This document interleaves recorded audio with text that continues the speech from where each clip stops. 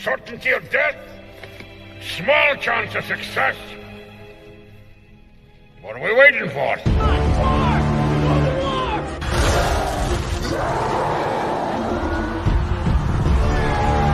Fellas, I feel this is my lucky day. Brilliant.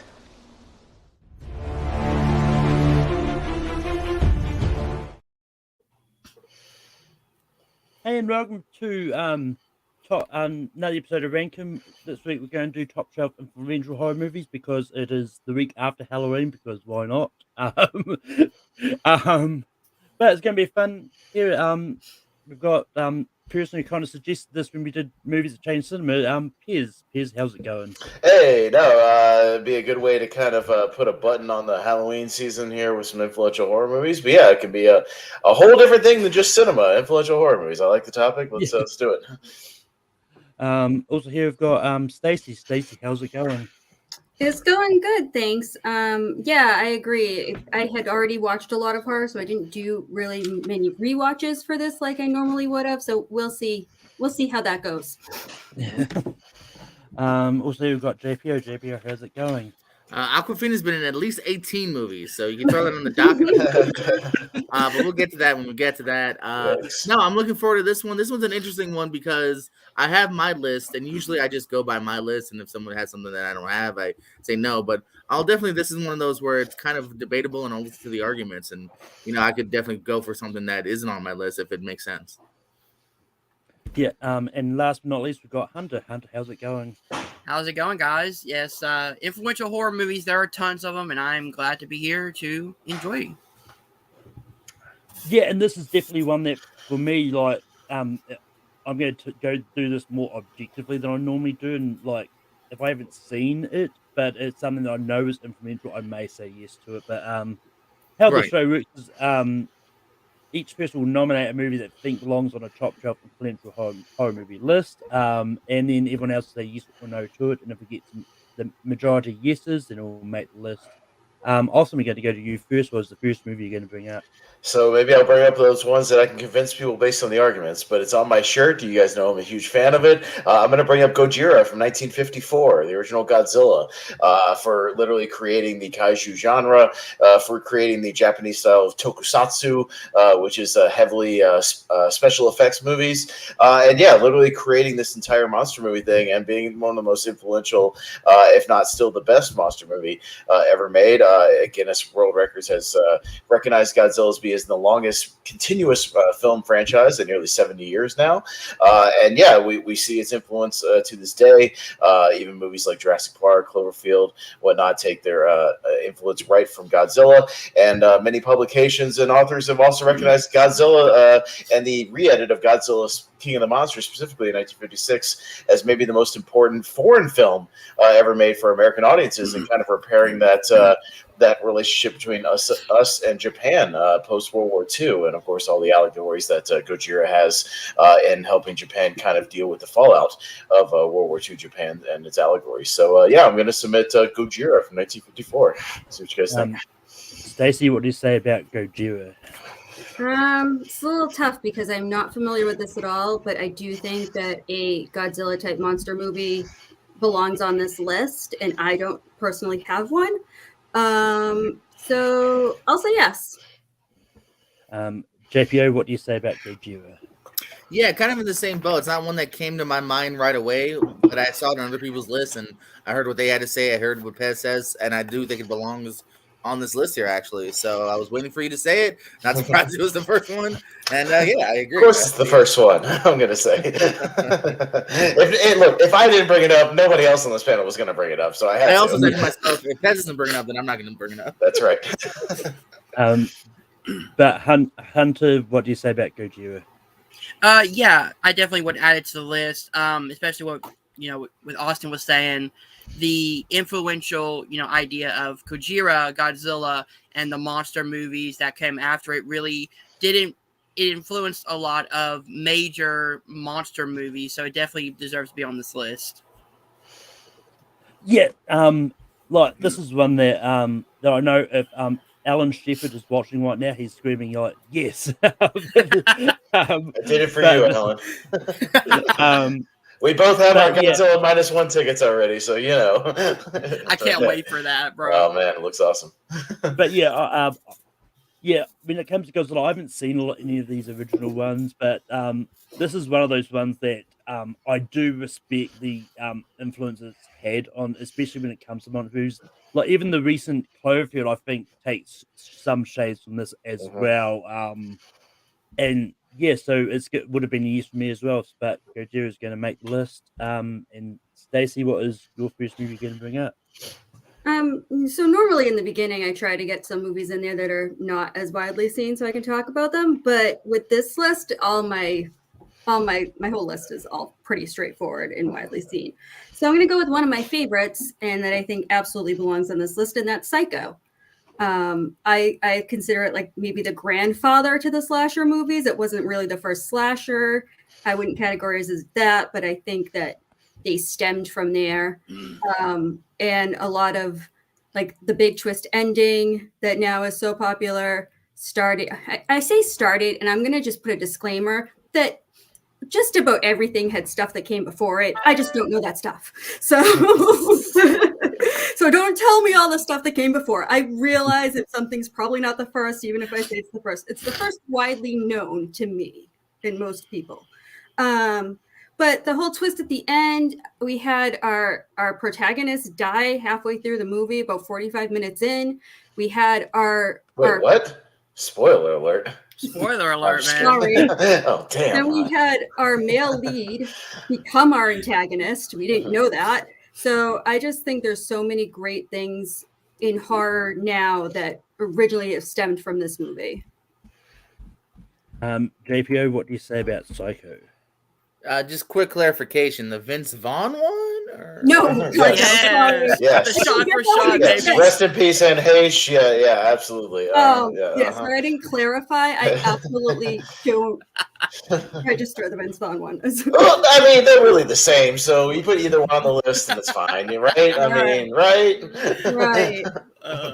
No, 100% yes for me as well. Yeah, I think it kind of helped bring horror mainstream as well. Like I think it got in front of a lot of eyes and really kind of helped kind of bring horror to the main front, I think, in a way as well, to everything you said as well. So yeah, definitely yes. And Hunter, what do you say about Psycho? Yes. So Psycho is the grandfather of slasher films. A lot of people would say it definitely deserves a spot on this list. It does a lot of things that audience at the time has never seen, and really, still influences horror to today, especially going even like something minute as in, the legacy of the Loomis name, going from Psycho to Halloween to Scream. Every decade has had like a Loomis character starting from the 60s with a Psycho. So definitely yes for me. And yeah, like in all the research I sort of found, like they were saying, like Psycho is the first slasher movie, like so to speak. And yeah, this is easy. Yes for me too. Is like if it wasn't for Psycho, we probably wouldn't have had any of the slashers that we had now, or at least it won't be the way they are now. So yeah, it's an easy yes for me as well. Austin, what do you say about No, Psycho? 100%. It was even ahead of its time in discussing killers that had a mental illness, way ahead of its time that's still being looked at. The way they look at it as kind of multiple personality syndrome, the way he's been grieving his mother and kind of can't get over the death of that, hearing the voices and whatnot. They literally do that at the end of the movie, bring in a psychologist and talk about his mental illness, which was kind of unprecedented. And yeah, the kind of infamous fact that this movie has almost like a double twist with both the killing of your main character and yeah, the thing with his mom at the end. Yeah, it's very, very influential. And yeah, like JPO was alluding to, a lot of people that maybe hadn't have ventured into horror saw this because it was an Alfred Hitchcock movie and were very shocked. At the time, it's kind of the first venture into it. Maybe they'd seen like a 50s monster movie, sort of in the vein of a Godzilla or something like that, but not a full-blown horror movie. But yeah, this one's very, very influential. So I'll say yes. And with that, Psycho is going to make the list. JPO, we go to you next. All right, can you still hear me? Yeah. Yeah. Yep. Can you hear me? Yes. Yes. All right, just make sure I just did a new headset thing. All right. I'll shoot for Night of the Living Dead before anyone says the original. Yeah, just again speaking of things that are influential, and I mean, it kind of started the big zombie craze, at least states wise, and we've seen several remakes of it here. We've seen everyone kind of do their own take of it, and I still think it relatively holds up as far as the creepiness of it and just the general concept. So yeah, Night of the Living Dead. Hunter, what do you say about Night of the Living Dead? Yes, 100%. It started the zombie craze, as JPO said. It was also did something revolutionary and I know that Miller said that he didn't really mean for the racial undertones to be there.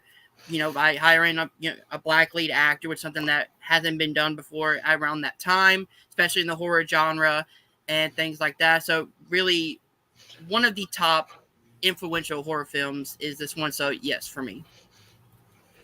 Yeah, Night of the Living Dead is easily belongs on this list. And yeah, for everything they said, and yeah, like it brought us like zombies. It really was kickstarted this whole zombie subgenre of horror movies as well.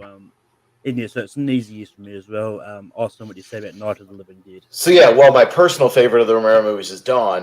This is the influential horror movies list, and Night, of course, needs to be on this list as a part of that. It still is a great movie that I do watch occasionally. By the way, it's the movie you'll see every low budget horror movie somebody watching on Halloween Yep. because it's a public domain film, so it doesn't cost anything to put it on your screen. We could literally be streaming it right next to us right here, and we can not get flagged whatsoever. But yeah, it's still an incredible film, and a lot of the tropes we even see in modern zombie movies started in this movie: destroying the brain to kill them, a lot of burning the bodies and whatnot. A lot of that stuff is in this original movie. So Romero was really ahead of the game, and still really set the standard for what a great zombie movie could be. And yeah, any movie that started an entire subgenre of horror films that is still going today and still going strong, yeah, should definitely be on this list. And Stacey, what do you say about Night of the Living Dead? I mean, a definite yes. If it had gotten back to me without this being picked, it would have been my next pick. Because yeah, it as far as I know was the first zombie movie. I couldn't find one that came before it. And there was voodoo zombies, like Haitian zombie movies, but not like the zombies we know today. Like they're literally the Living Dead. No problem. The whole movie. We're allowed to. It's fine. You can play with sound. You can play do whatever you want. I mean, I'm not going. This scene is still so good. It's the easiest movie to find on the planet because it's on every service. It's on YouTube. It's everywhere. Yep. But yeah, so because of the zombies and intentional or not, the social commentary as well, I have as a reason for this to be an influential horror movie. That Hunter, we go back to you. We'll go to you. Okay, so I'm going one off the beaten path. I'm going with 1960s Peeping Tom, and the reason why I say it's influential is because it is the first horror slasher movie to put you in the POV of the killer, and we've seen that done a lot of times before in movies, especially like Halloween, where that opening scene puts you right into Michael Myers' point of view. It came out a few months before Psycho, so it was technically a slasher before Psycho. So Peeping Tom is going to be my suggestion. So this is one I don't know much about this movie at all. I'm going to say no just because I'm not too familiar with it, and I don't really know if it's too much of an influence on horror in that. But Austin, what do you say about Peeping Tom? This is a tricky one because I've only seen it the once, and while I see some things that were used later, I don't know if like POV voyeur horror is a big enough subgenre, to say yes to this. It's like I think it's used a little more effectively in like the opening scene of a movie that'll probably come up later and whatnot. And it's like it's more of a cult film, and I understand that maybe cult films could be presented on this list, but because it hasn't really, I think still to this day, really permeated super pop culture, like to where even casual horror fans don't really know about this movie, I'm going to say no. Stacey, what do you say about Peeping Tom? Yeah, I'm probably considered a casual horror fan, I think. And I did not know about this movie until I started looking at stuff for this list. I will say it was on quite a few things saying it was influential, but I think that we only have 12 spaces and there's a lot of other movies that would probably take the place before that one. So I'm going to say no. And JPO, what do you say about Peeping Tom? Just to make Hunter feel better, I'm gonna lie and say I totally would have said yes. Thank you, JPO. I got you, buddy. Yeah. But yeah, I did do a quick research before this, and according to Wikipedia, that they were saying that Edgar Wright's Last One on Soho is actually inspired thematically and in use of the language by the movie. So there was a little bit there, but go on to me. No, I'm going to continue going down the decade because if the exception of Hanu's kind of slipped it back, I'm going to go to The Exorcist. This is one that's that came up on view list as well, and the reasoning is I think people said this is probably the first horror movie that kind of deals with like religion, like as a horror and demons and all that. And yeah, and it's just one of those ones. Like I think it's one of those horror movies I think always comes up in conversation a lot, and I think a lot of these paranormal activity type movies do have a lot of like inspiration from The Exorcist. So I'm going to throw this out, see what happens. But also, what you say about The Exorcist? Yeah, no, it's going to be a yes for me. Even though I'm not like a personally huge fan of The Exorcist, it's like a case where I respect it more than I personally like it. But that's the perfect list for us to be on because I respect it as a kind of gold standard. Again, every possession movie we've ever seen is trying to be The Exorcist and has tried and failed to be The Exorcist. And yeah, really heavily influenced with the religious themes here. I believe it was the first horror film to be nominated for Best Picture, I think. Mm-hmm. So that certainly is an achievement to really break that mainstream. It was a gigantic hit at the time. Everybody saw this movie in '73. And yeah, for William Friedkin, let's get The Exorcist on there. Stacey, what do you say about The Exorcist? I mean, pretty much the same thing. It's on my list. There's so many exorcism movies. It's such a popular subgenre now. And even, I think Rosemary's Baby might have come out first, which is kind of religious horror, but that's almost like, I always watch that as more of a drama because I don't know, just the pacing of it and stuff.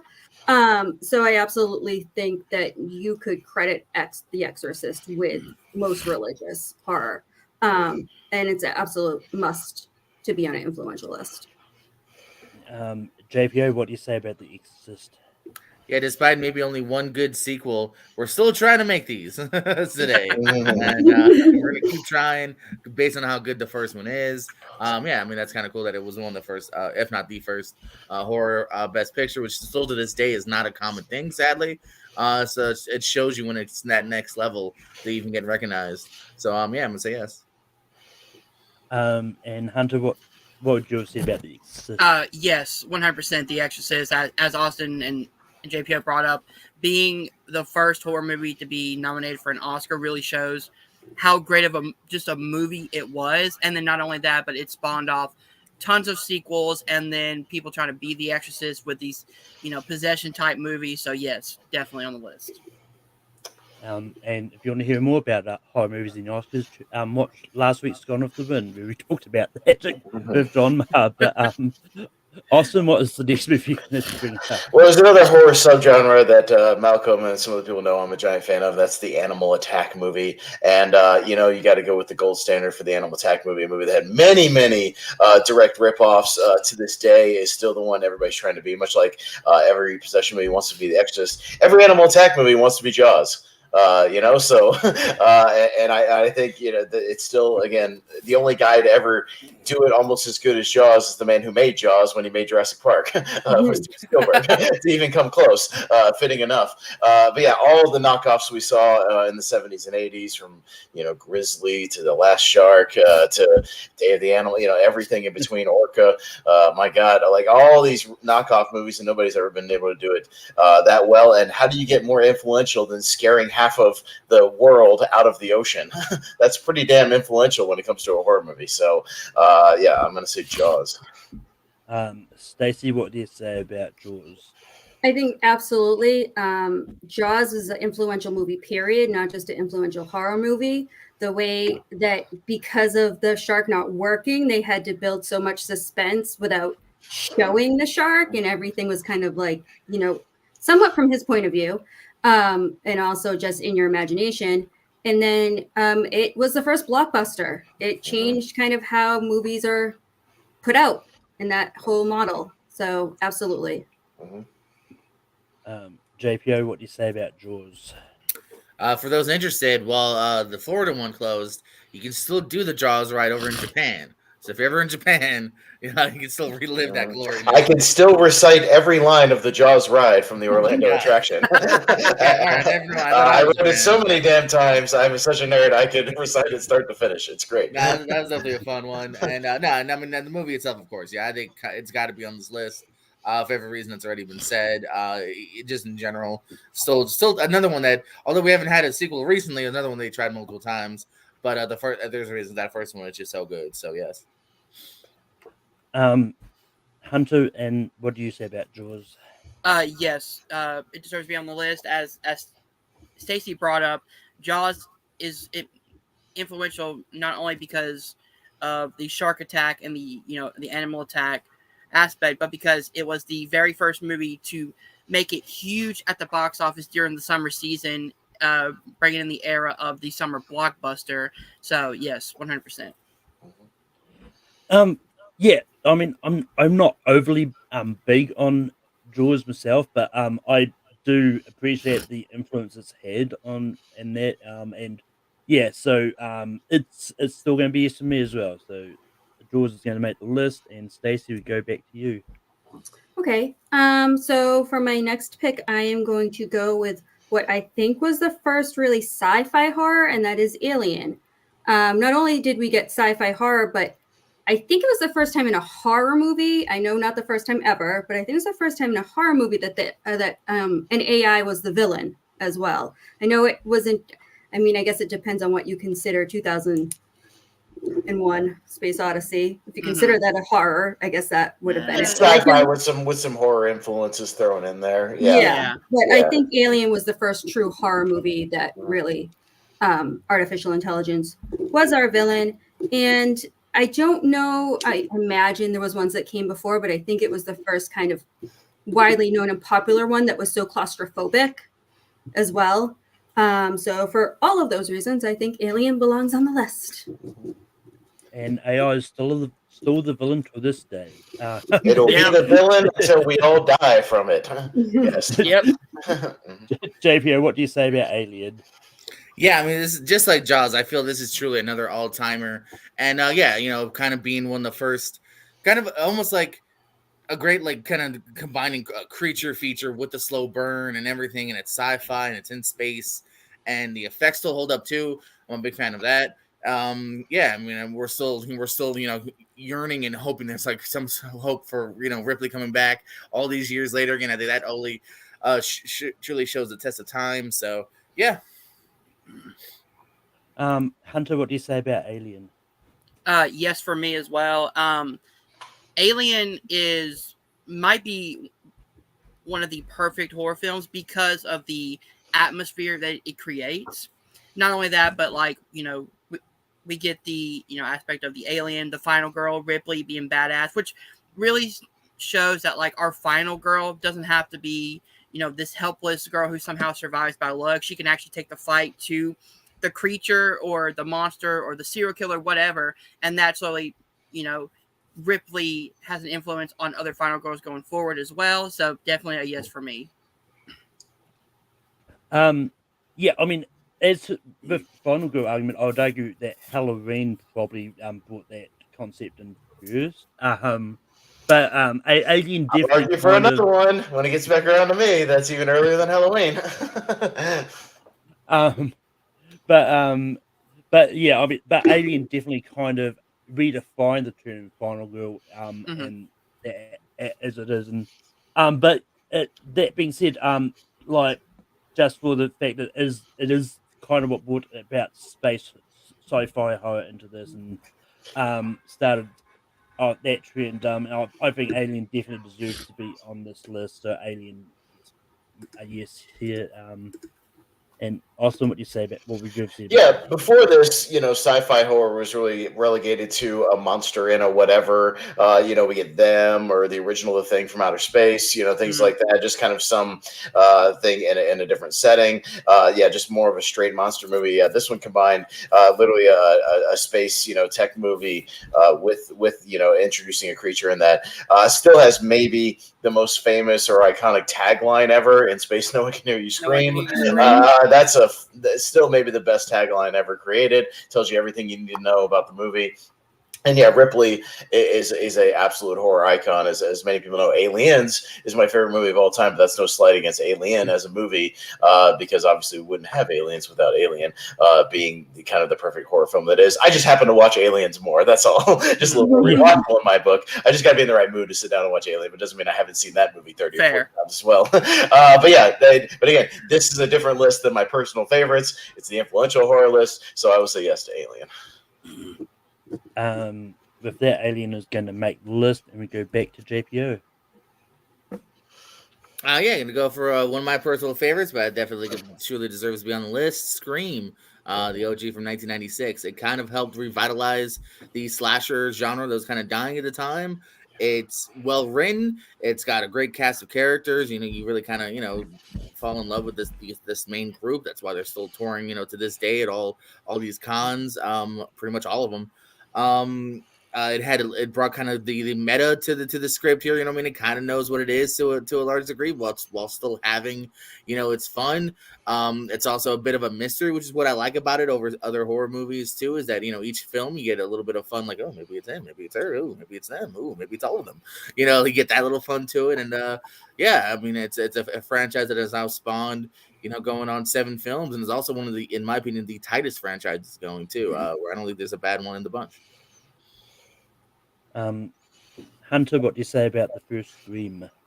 Yeah, my favorite movie of all time, Scream, definitely gets on this. Not only is it overall just a perfect movie, but as JPO said, it spawned a lot more of the copycats that would try to get what Scream did, and it revitalized the genre of the slasher that was really going off, around this time as well. So the fact that it was able to course correct horror in a way that was more popular and more fun definitely deserves to be on the list. Yeah, I mean, it's one of those I'd argue when it comes to meta horror, New Nightmare was probably the first one, but Scream I think is the one that kind of made people think, look, there's a thing, this whole meta horror horror comedy kind of narrative, and yeah, I think Scream is definitely influential because, especially if you look at the last few years, we've had stuff like Freaky, Happy F Dad, and all that, which are all basically trying to be like what Scream did. And so, yeah, I think Scream definitely belongs here. So Scream gets a yes from me. Austin, what do you say about Scream? Yeah, I mean, it's a movie that directly references horror movie tropes and horror movie cliches within it. Especially with the Randy character, with the other characters as well. Just being like, yeah, I mean, I'm a suspect. You're a suspect. Things are getting weird. They're watching, Halloween at one point in the actual movie and commenting on it, which is great. And yeah, the slew of movies that we had afterwards, I think it kind of changed the landscape to where other filmmakers had to kind of start acknowledging the stuff because Scream had already done so. You look at stuff like The Faculty or Bride of Chucky or the I Know What You Did Last Summer movies, things like that, where they also kind of directly acknowledge the kind of movie they're in, essentially, or the influences within that. Definitely made horror kind of take a pivot and really become a little more self-aware. And yeah, after I wouldn't say that horror was like stale, but slasher movies were kind of getting stale because there were some great 90s horror movies. So I'm not going to say overall horror was, but maybe slasher movies were kind of puttering along. I like slashers, what I was saying. Yeah, slashers were same with me. We had so many in the 80s that 90s was kind of dead for slasher movies, and then this one kind of like I said, jump started it, giving it a nice kick in the ass to get going again. So yeah, Scream should be on this list. And Stacey, what do you say about Scream? Absolutely. Scream is one of my favorite franchises. I've seen every one of these movies opening weekend because I'm old. And not only everything you guys said is 100% fact, but also it broke the trope of like the kind of almost supernatural slasher. Like these guys actually died. They didn't come back in a sequel. Then we get, the I know what you did Or last did night. they? Still waiting on Matthew Lillard to show up and That's scream. true. 6 or 7. You And know? a lot of what followed that did the same thing. Like people died, and if they had sequels, it was somebody else picking up that mantle as the killer. And I love that he in Scream, like they fall down, they get hurt, like they're not these just like Energizer bunnies that just keep going and going and going through everything. And I like that they kind of switched that around. So yeah, 100%. Stu did survive. He's just been hiding out in the abandoned Chuck E. Cheese this whole time. Yeah, that's right. There you go. But Hunter, we're going to go to you. So he's been running 5 Nights at Freddy's. All right, so I'm gonna go with the Blair Witch Project for more than one reason. It was the first movie to really use the found footage aspect of it, where people didn't know if this was real. Also, one of the first movies to use the internet as a marketing ploy, like using the IMDb pages to say that these people went missing. Doing the whole marketing campaign around this really happened. I don't really enjoy the movie personally, but I know a lot of people do, and it is definitely influential for the way that it marketed and the way that it really started the subgenre of found footage.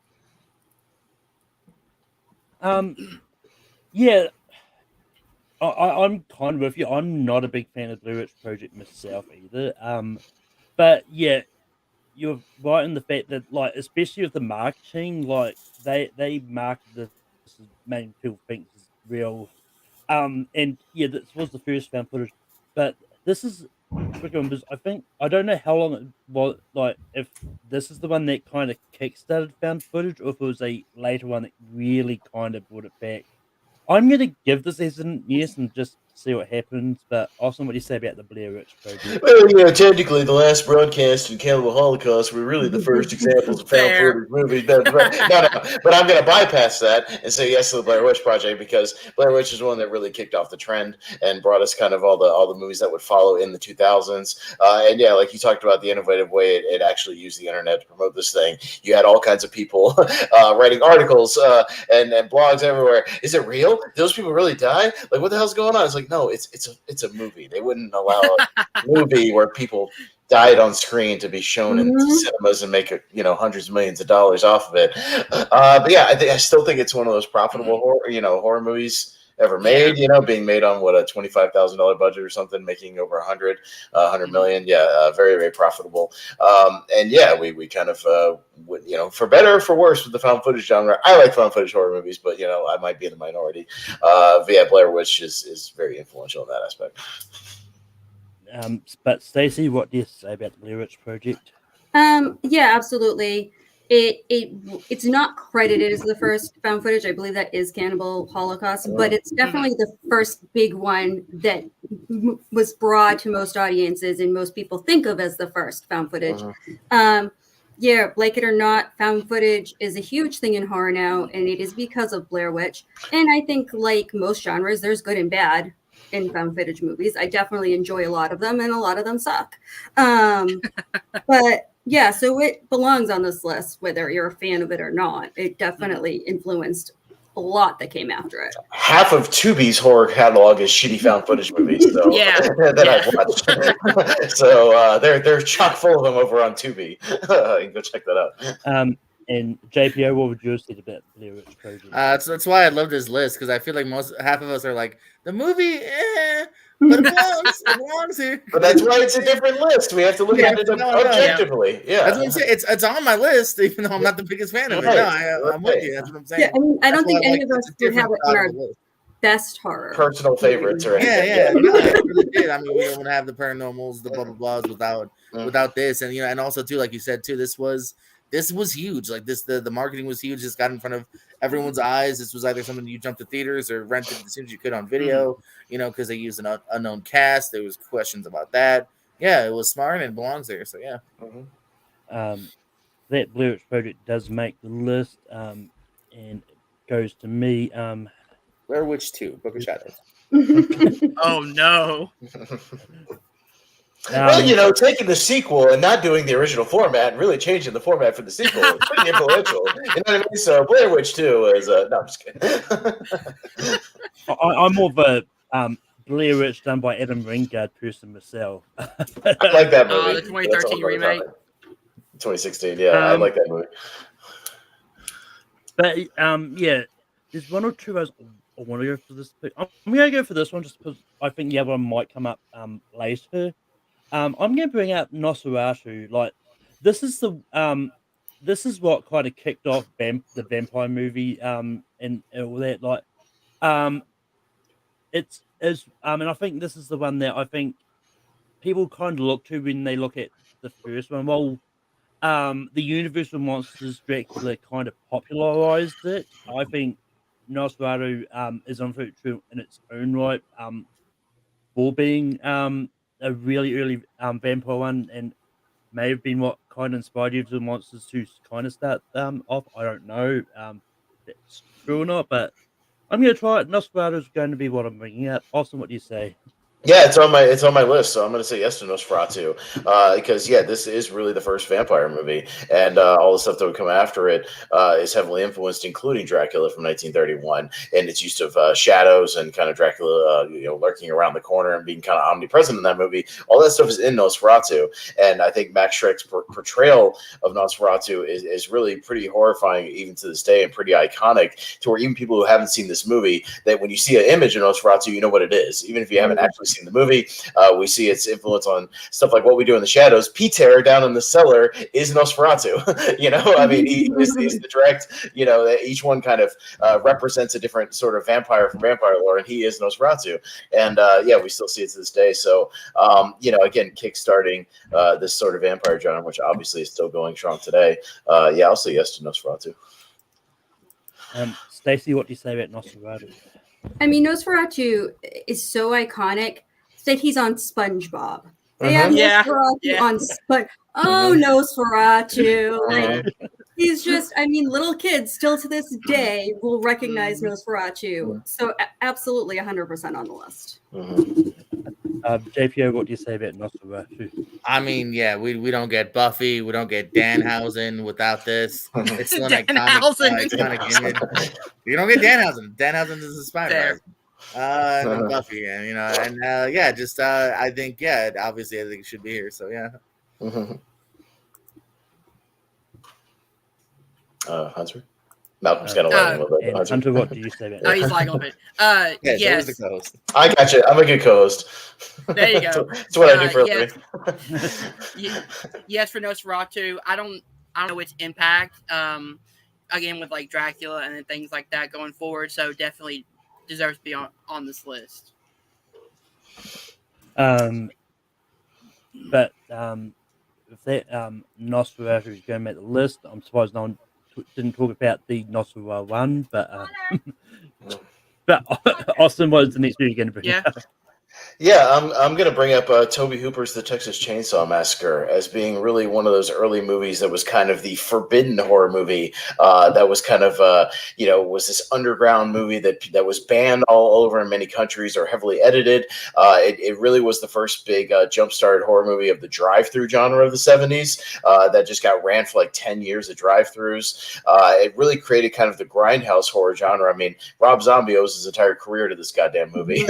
And many many other movies that would kind of create this, everybody's in on it. The crazy families that come after you. You know, the people that stumble into this, town or stumble on a horrific situation. The fact that it took a lot of real life serial killer influence and kind of mashed it all into this movie. The stuff of Ed Gein and Albert Fish and things like that. But really, it's a lot better than people give it credit for. I mean, I think most people acknowledge how good the Texas Chainsaw Massacre is, looking back on it today. But I do think it's a very influential movie, especially in the 70s, and again coming even before the slasher craze of the 80s. And just being that really underground movie that was, people were scared to watch. It was the movie that got passed around and was like, I don't know, you might this one's really taking it up a notch, and it's pretty scary. So yeah, I'm gonna shoot my shot for Toby Hooper here with the Texas Chainsaw Massacre. Stacey, what do you say about the Texas Chainsaw Massacre? This came before Halloween, right? Yes. I believe. Yes. 74. Did it come before Black Christmas? I mean, they're all Same year. Same year. Because I know that they're kind of both credited as being the actual first slasher that we know today with the final girl trope and everything. I hate chainsaws. Absolutely hate chainsaws. Like, don't like to hear them at all. If you're gonna put anything in because of this movie to terrify me, it would be a chainsaw.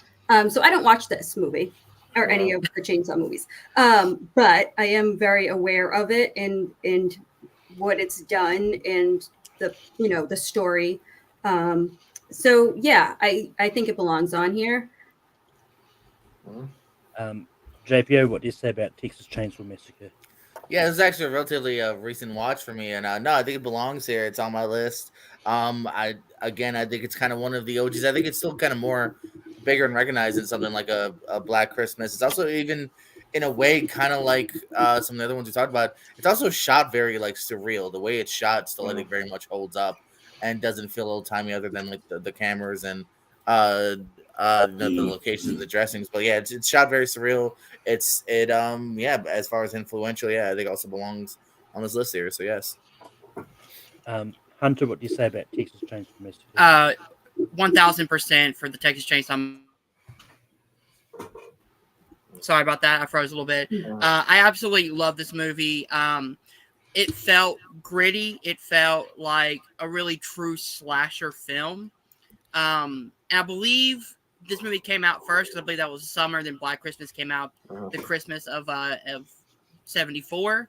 So it does have that grandfathered in of like modern slashers that influenced Halloween and Friday the 13th. So definitely a yes for me.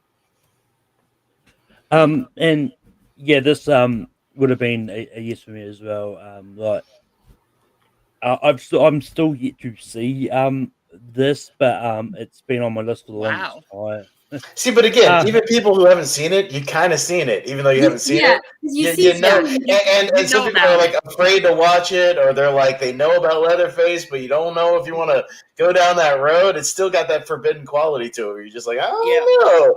Like, I mean, it's one of those ones like I watched one of the sequels, or I think it was a prequel, Texas Chainsaw the beginning, the other recently, but yeah, it's one that I kind of understand the influence on and like believe everything that everyone sort of said about this. So yeah, it's going to get a yes for me. It's going to make the list. Stacey, we go to you next. Okay. Well, this will be my, I guess, somewhat out of the box pick. This movie was my first horror movie. And not that I'm actually this old, but I watched it as a child. And I think credited as being at least, if not the first really successful horror comedy. And that's Abbott and Costello Meet Frankenstein. We have the blending of franchises here with the Universal Monsters and the Abbott and Costello movies. And like I said, this was my introduction to all of those characters. Dracula, Wolfman, Frankenstein. I saw them all for the first time in this because it was an accessible movie to a child because it's more of a lighthearted comedy, family-friendly type of movie. And I mean, we just have so much of that now and it's not all bad. Like, I don't think that just because something is for a family and it's not like terrifying that it makes it a bad movie by any means. We probably wouldn't have Five Nights at Freddy's if we didn't have this family-friendly horror that was geared more towards, families and kids. So for that reason, not for Five Nights at Freddy's, but for horror comedy reasons, I nominate Abbott and Costello Meet Frankenstein. JPO, what do you say about Abbott and Costello Meet Frankenstein?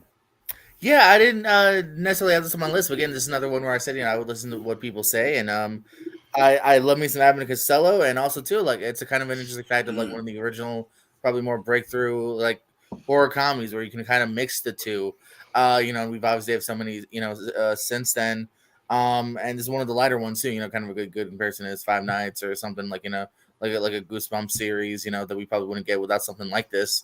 So yeah, I'm happy to give this a yes as well. Hunter, what do you say about Abbott and Costello Meet Frankenstein? All right, so I've never seen this movie, so I don't know how far or how good it blends horror and comedy. But from what Stacy and JPO has said, if it influenced the oncoming like horror comedies, then I would say yes. Yeah, I also haven't seen this either. I've kind of more familiar with this than anything, and yeah, this is one that I think. I mean, it's already got 3 yeses. It's already made the list. I'm gonna say no. I just think, while I get this is probably the first horror comedy, I don't know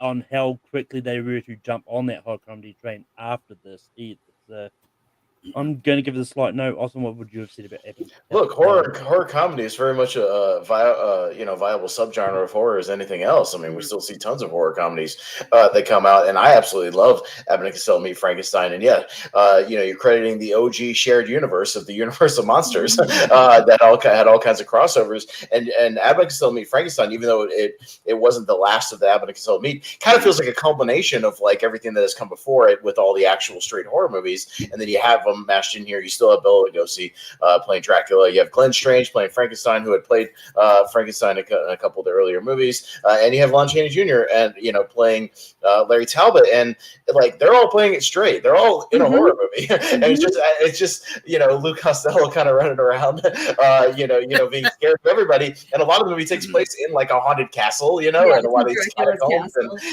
even when he first encounters Dracula, it's like in this creepy museum, with all these boxes, all this kind of artifacts all around him. So it still has a creepy vibe, but it's a great way again to bring in the families and the kids and whatnot. And I would imagine even to this day, people are still showing this movie to their kids. It's a great way to kind of get them into the horror genre, but not being too scary. So yeah, for really being. It was on my list, really being the first kind of horror comedy, and really an amalgamation of these Universal monster movies. I'm going to say yes. It's going to make the list. We've got one spot left. JPO, do you have the movie that's going to pull the spot? Alrighty. Well, we got to go for it because it's one of the OGs, and Nicolas Cage loves it. We got to go for the Cabinet of Dr. Caligari, guys. Come on, we got to have it on the list. It deserves it because of Nick Cage. Just because of Nick Cage. Okay. Yeah. All right. Hunter, what do you say about the Cabinet of Dr. Caligari? All right, so I've never seen it. I'm not even sure what this movie is about. And with one spot left, I think there are so many more influential horror movies that we can try to get on this list. So I'm going to say in the 20s, Cabinet. Come on. Yeah, I'm also not too familiar with the Cabinet of Dr. Caligari. And it's just, yeah. So I'm also going to give this a slight no. Sell him, Pez. So I watched it right before we went live, actually, because it's on Tubi, worth everything else in film history. It's interesting, and I was looking into it. This really is kind of considered the first sort of cult horror movie that really, people kind of would champion in film schools and film classes and things like that as kind of the original horror movie. I didn't find it that entertaining. I thought it was it's got an interesting style to it. I don't think the way it's shot, it's okay. I mean, it's fine. So I get that it's like kind of literally the first horror movie. It doesn't make it a great movie, in my opinion. It does have the first twist ending in film, from what of my research of everything kind of being in the dude's head. So I mean, that's something. I don't love the movie. I get that it's like a film school, it's like the first thing you watch or whatever. But again, has it permeated into like horror culture? Not really. You know, do people cite this? Cage movie. Sure, but that's like the first time it's ever been mentioned in like a mainstream movie, and only like super nerds who are like, well, actually, the Cabinet of Dr. Caligari, it's like I watched it; it was fine. I get it. That's me, Austin. Quit making fun of me. Well, no, I just mean like most casual horror fans are like, yeah, I guess I know it, but I haven't actually watched it. And I genuinely think Nosferatu is a little more influential to the horror genre. If you're going to cite something from the 20s, I think Nosferatu actually does it better. So I'm going to say no. And I'm sure we'll get roasted by one person in the comment that's like, well, what the hell? But like, I don't really care. That should have been on the list. Did it for the poll. That's just Jordan. It's fine. Yeah. Real Pro Wrestling comments. Where is Dr. Caligari?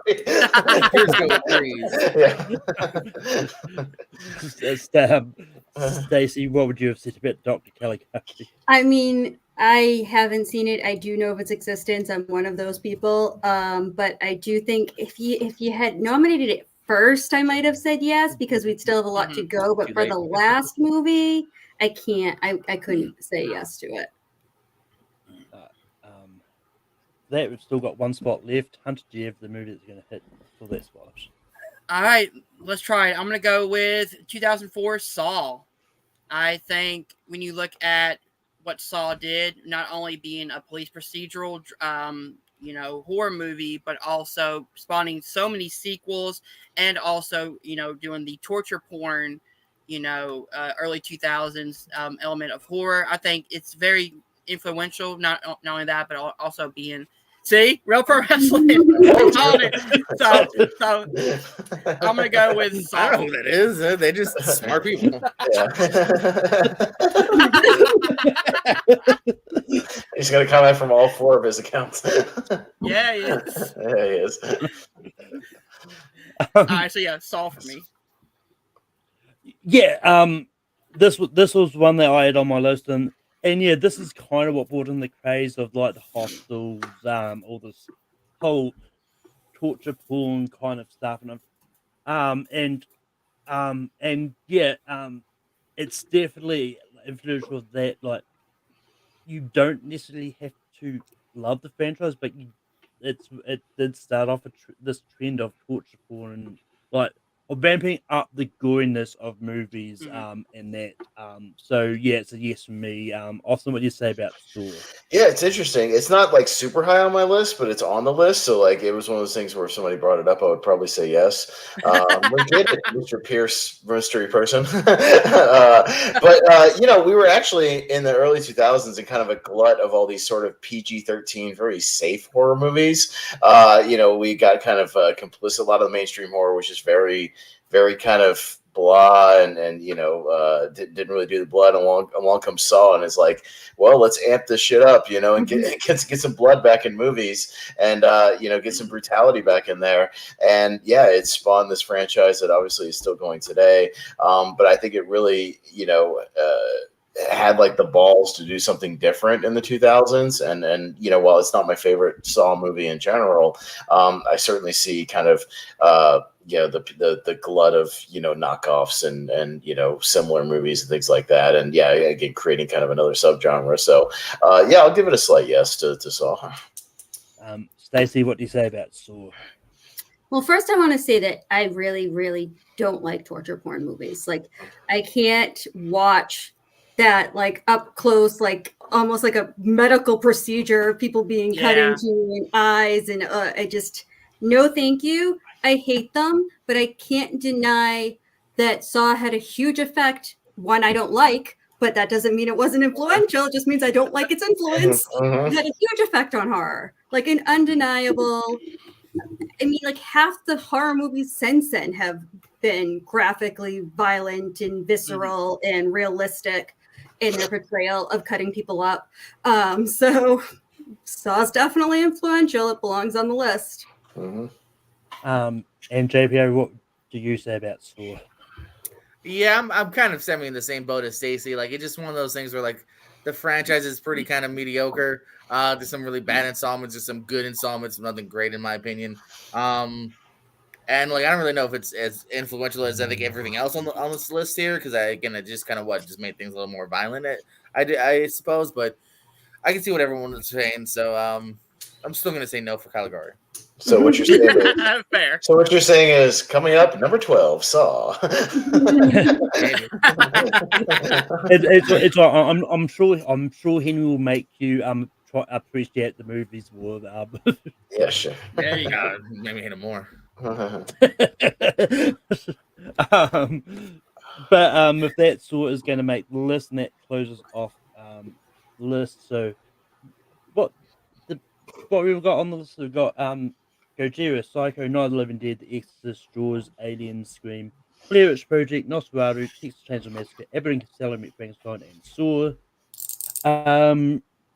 And I don't really have much in the honorable mentions, but other ones that have sort of come up in my research, like I did put Halloween on there. But I think it's one of the, but just because it kind of, once again, it kind of like a lot of those early slasher movies, like were kind of one upping and trying to reinventing the slashers in certain ways as well. So I think Halloween is kind of the one that kind of brought in like the slasher as kind of a paranormal kind of entity ish. I mean, so on some lists, some people are talking about the Shining being a influential movie. I don't remember what it said about it now, but I think there's yeah. And then I did put the other one I was tossing out between was 92 one Dracula, but yeah.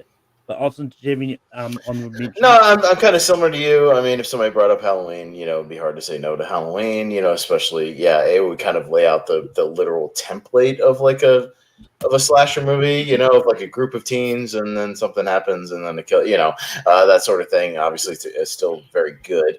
I also saw The Shining on a letter list, and I might agree to a degree, just as more of the artistic, like kind of horror movie and the interpretive horror movie. I mean, we've seen documentaries that have literally broken down, everything in that movie from the set design, to the character traits to everything, as far as one that's been interpreted, over and over again.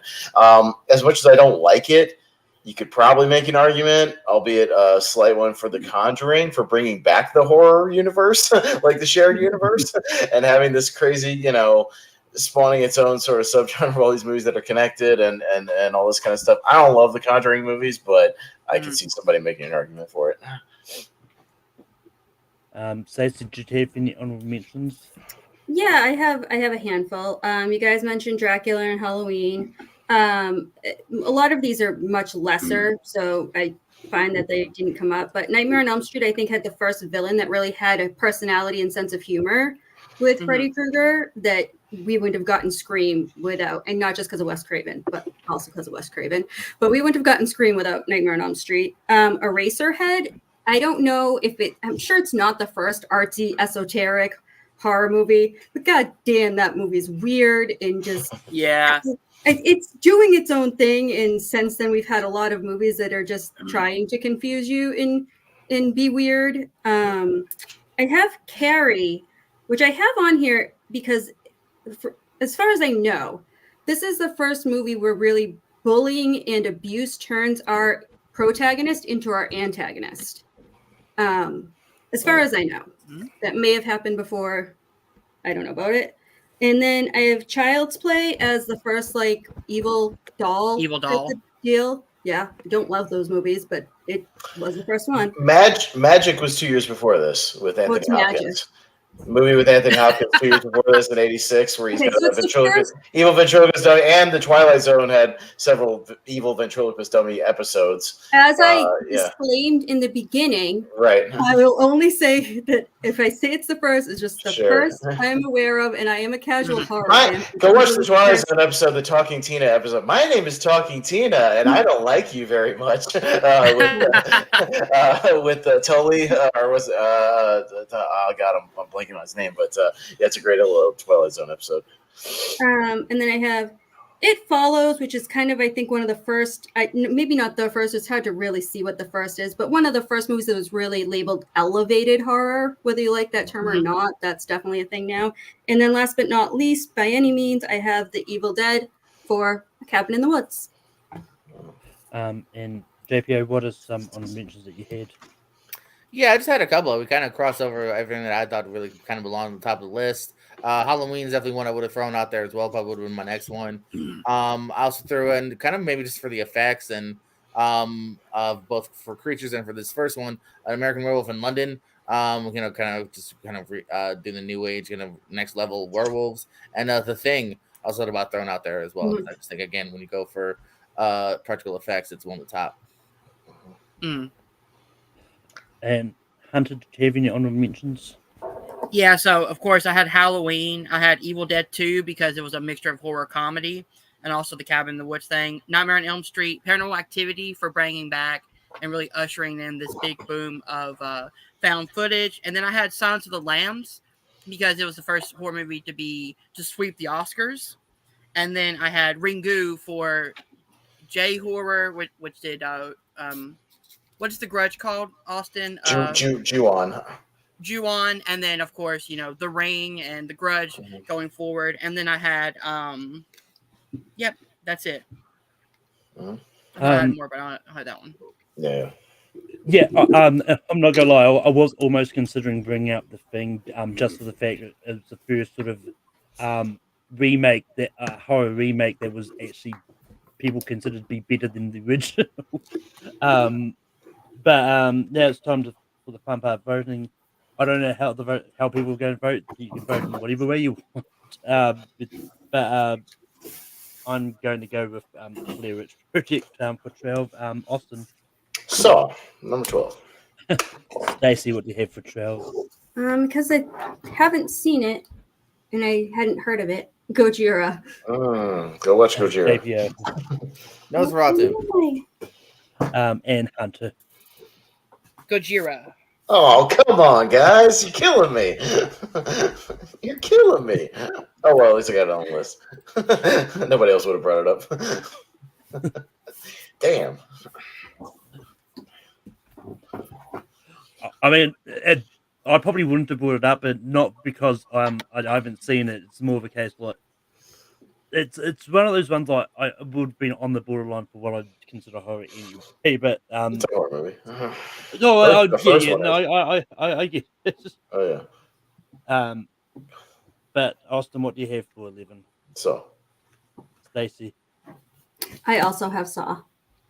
JPO, Nosferatu. Hunter, Saw. sticking with Blair Witch Project, but Saw is going to be 11.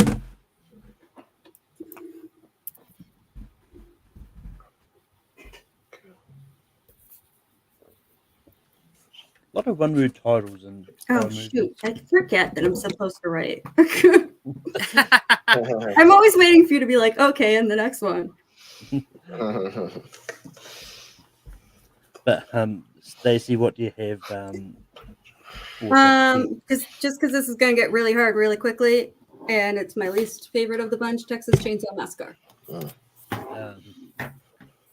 JPO, Nosferatu. Hunter, Nosferatu. Blair Witch Project, Austin. Blair Witch. So Stacey, Blair Witch Project or Nosferatu at 10? Blair Witch.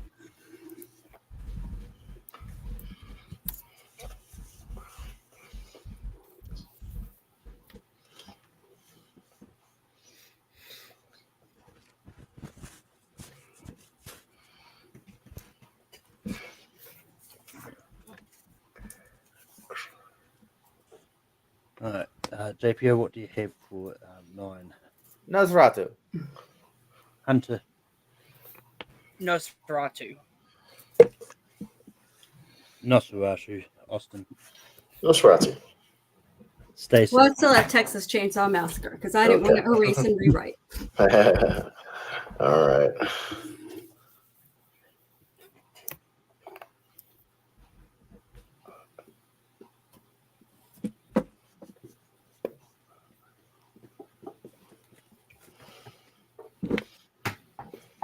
JPO, what do you have for 8?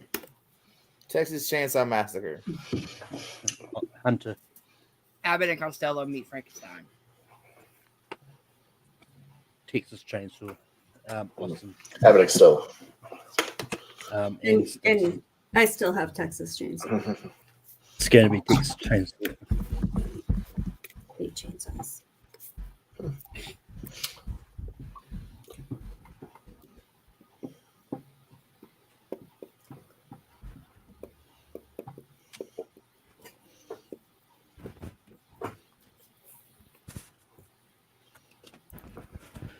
All right, Hunter, what do you have for 7?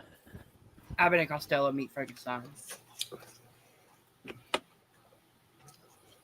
I almost left out a letter and put Jazz. I put Jaws. Austin. Abbott and Costello. Stacy. Abbott and Costello. And JPO. Night of the Living Dead. Mm.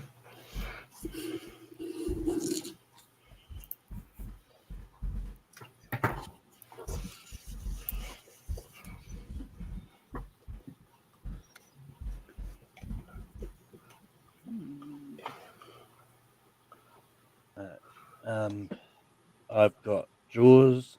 Austin. Alien. Stacy. This hurts me because it's not going by favorites at all. Scream. JPO. Night of the Living Dead. Hunter. I have Jaws. Really? Don't make me choose. I don't want to choose between those. It is Jaws because there was 2 votes. Yeah. Oh, okay. I thought there was 2 and 2. Oh. It took me a while to work that out myself, but yeah, no. Everyone else had something different.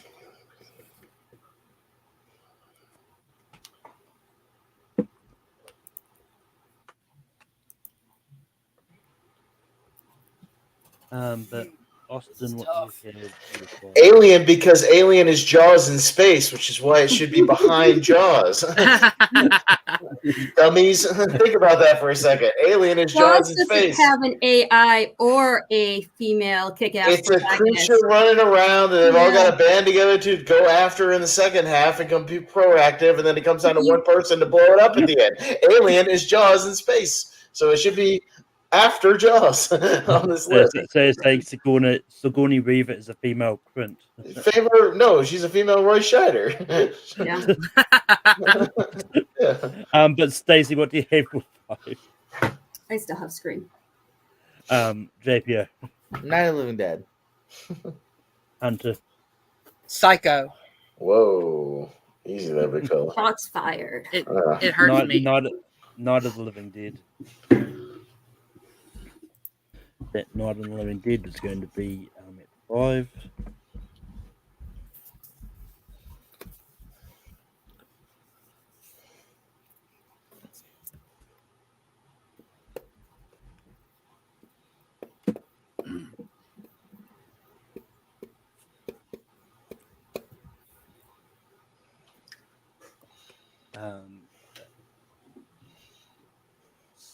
Stacey, what do you have for 4? I mean, I still have Scream, but I'm glad that it hasn't actually been put on the board yet because it's one of my favorites on the list. JPO. The Exorcist. Hunter. I have Alien. Should have had Alien last time. Anyways, Alien.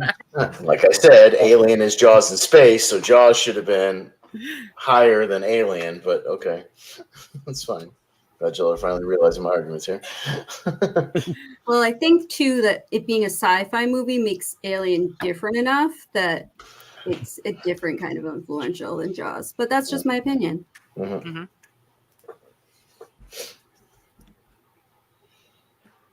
We've got Psycho, The Exorcist, and Scream left.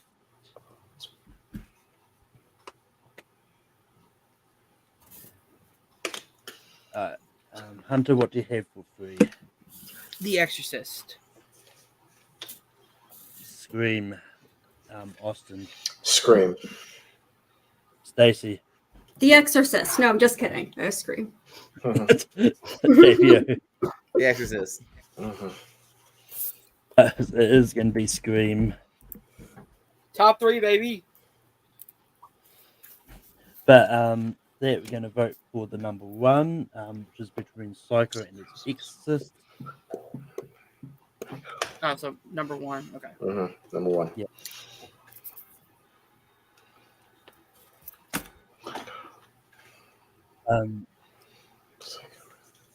But JPO, what do you have as number one? Psycho. Hunter. Psycho. Psycho. Austin. Psycho is the most influential horror movie ever made. It's the first thing you think of. And Psycho. Yeah, I think it's Yeah. sweet.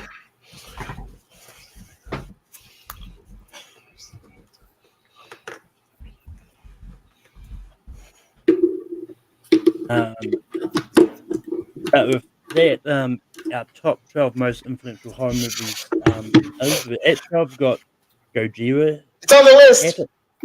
At 11 we've got Jaws. At 10 we got the Blair Witch Project. At 9 we got Nosferatu.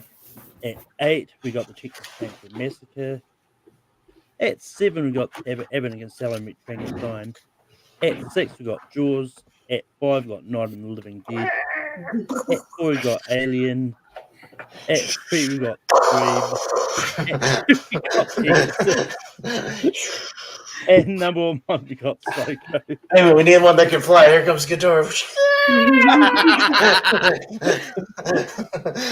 What a hell of a list, guys. This is what I do during my battleground match. First time I picked Godzilla as a strength. Or the other person was making the argument. I just was playing with my fingers. By the way, you want to know how much of a nerd I am? So I have this one with the blue. I have one coming in the mail that's just purple. It's the same figure with the purple. Okay, Because I'm a nerd. My Jet Jaguar is on the way too. If you're doing a after show to the Monarch King and Monsters show on Apple TV Plus, call Austin. He'll yes. Wait for it to drop. No, fuck that. Godzilla -1 comes out in like 25 days or something, so I'm ready for that. I can't wait for that movie. It looks so good. Oh yeah. So if that being said, that is ranking for today. Come on, it's Mecha Ghidorah. How fucking cool is that? Yeah. Next week's episode of Rankin is going to be Paul Giamatti movies. So as far as I know, Big Fat Liar. Big Mama's House. Quit stealing my Facebook post for ideas, Malcolm. But Austin, we can build on you. Mostly over at the Movie Hero Network. Me and Jordan Anderson running the show over there, doing tournament fights, tier ranking fights, podcasts about movies, the Lonely Marks Wrestling Podcast, which you can see JPO on every week. All kinds of great content over there, as well as in the movie Battleground. You can see me over there doing some movie debating and influencing young minds with my arguments, as I do here occasionally on Rankum, influencing people to say yes. Stacey, we can influencing all these non-Godzilla fans to say yes to a Godzilla movie. My job here is done. You can sometimes find me over on the Dill Pickle Movie Network doing MCU trivia or some draft day episodes. I was on actually the last one, which was horror performances, and I drafted a lot of the same things. Not gonna lie. And I have a podcast most places that you listen to podcasts called Between the Screens that I do with a friend I went to film school with about 10 years ago, and it's a lot of nonsense. We talk about a lot of pop culture stuff in theme parks for some reason. So if you like listening to people talk nonsense about pop culture, check that out. JP, we can find you online. I'm trying to see what other toy Pez is bringing out. Popping up, of course, on this channel from time to time. Our friends over at Battleground, Lights Out, Movie Hero Network, Pez's toy store that he's the inferior Godzilla. You got a random Finn Balor. I think I lost my Finn Balor on the Greyhound. Anywho, burning Godzilla from Godzilla versus Destroyer, where his core is melting down. He's burning. A toy review now. I wish I had all my pops near me because I have a lot to pertain to this list. Yeah. as well as the Purisco and Pierce Here's Wrestling. my Xenomorph. Is that what is that? Like a fun? It's like a kind of a Xenomorph little, not a Funko Pop, but kind of similar. Yeah. Yeah, I have an Ellen Ripley Funko Pop. Yeah. One of the. Oh, that's so cool. There you go. And then for me, I guess. Yeah. Yeah. Nerd Entertainment Network on YouTube. We have Welcome to Primetime, our horror podcast, and then we got Nerd News, where we talk about everything in the world of movies and nerd culture. So go check that out.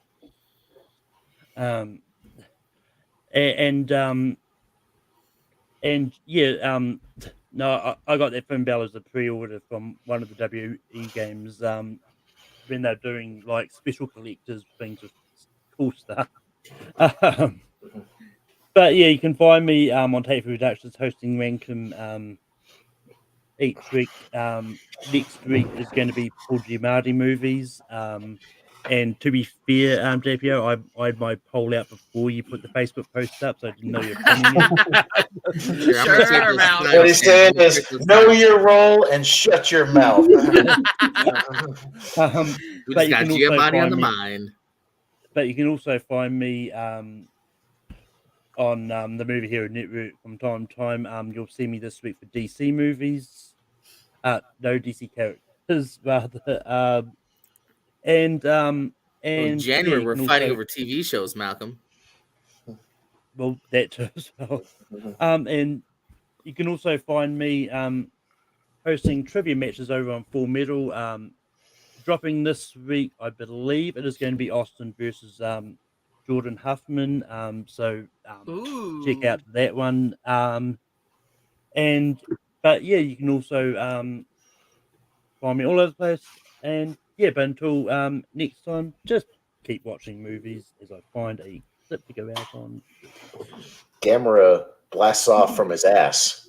And that's how he flies. We're gonna sit right there. Boom! Drop the mic.